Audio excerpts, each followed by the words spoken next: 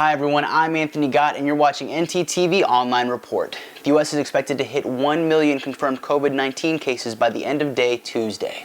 As of Tuesday morning, there have been more than 56,000 deaths due to the novel coronavirus and more than 988,000 confirmed cases in the United States. Globally, there are 3 million confirmed cases with over 200,000 deaths and over 900,000 people recovered. The novel coronavirus causes mild or moderate symptoms such as fever and cough for most people, but for some, especially older adults and those with existing health problems, the illness is more severe and can lead to death. Monday, Texas Governor Greg Abbott announced the first phase in opening up the state's economy despite the rising cases of COVID-19. The existing stay-at-home orders expire on April 30th. The executive order establishes a statewide minimum standard health protocol. Phase 1 begins May 1st, allowing retail, restaurants, and movie theaters to open the doors, but will have to limit occupancy to 25%. Places of worship may open using social distancing guidelines. If the local government permits, museums and libraries may also open, but will still need to follow the 25% occupancy limit and close off the interactive exhibits. Governor Greg Abbott says these decisions aren't being made lightly. We wanted to make sure that we were able to open up as quickly as possible, but as safely as possible.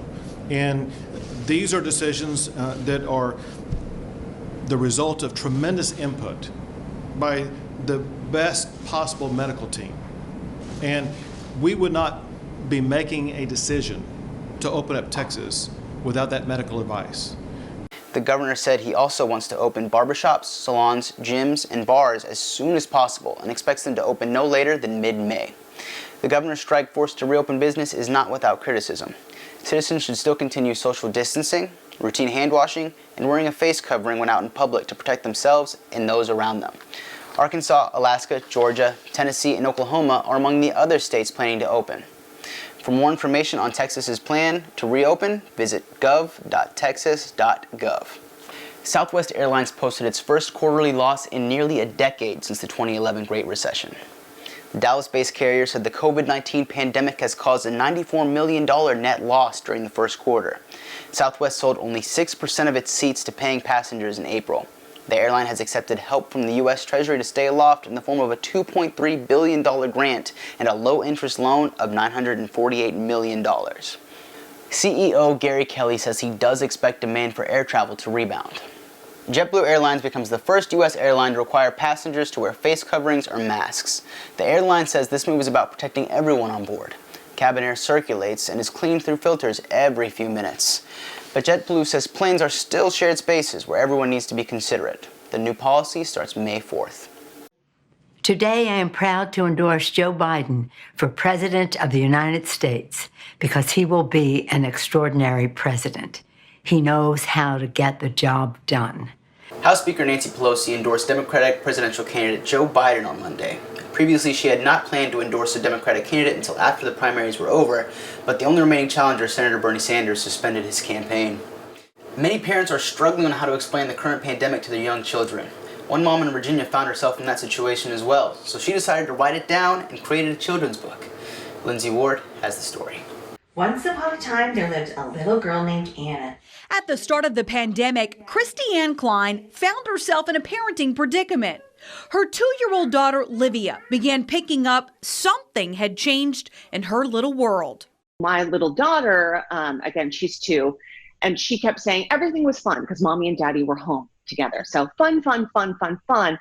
And then she started picking up little things that she was hearing. So now she's saying her doll is sick. Christy Ann says Livia started acting out this new reality with her toys. And we could not figure out what we were going to say to her about what was actually happening in the world. And every other parent I know is in the exact same boat. A children's book explaining a global pandemic didn't exist. We've got all the books in the world for potty training with Elmo and Daniel Tiger and all of those kid-geared books so you can explain to them what's happening. But this just didn't exist. Christy Ann enlisted the help of her mom, Helene, who's a marriage and family therapist, to write a book together. So it's really important for the parent to not assume that kids aren't picking things up. They came up with Anna and the germ that came to visit. This book is a great way to start the conversation with children. It speaks their language. They relate to the little character. They see her going through the feelings that they're going through, all their concerns, and it gives them a lot of hope at the end. While Helene is new to illustration, she made sure to fill the book with decades worth of experience in child trauma. She says right now, parents need to go the extra mile reassuring their children. Lots of affection, reassurance, give them a sense of safety. It's really important. We can still hug each other. And the story of Anna can certainly help. Tree, you're right. You can follow us on Twitter at ntTV_news for the latest coronavirus pandemic updates. Thank you for watching, and we'll see you here tomorrow at 5 for more ntTV online updates.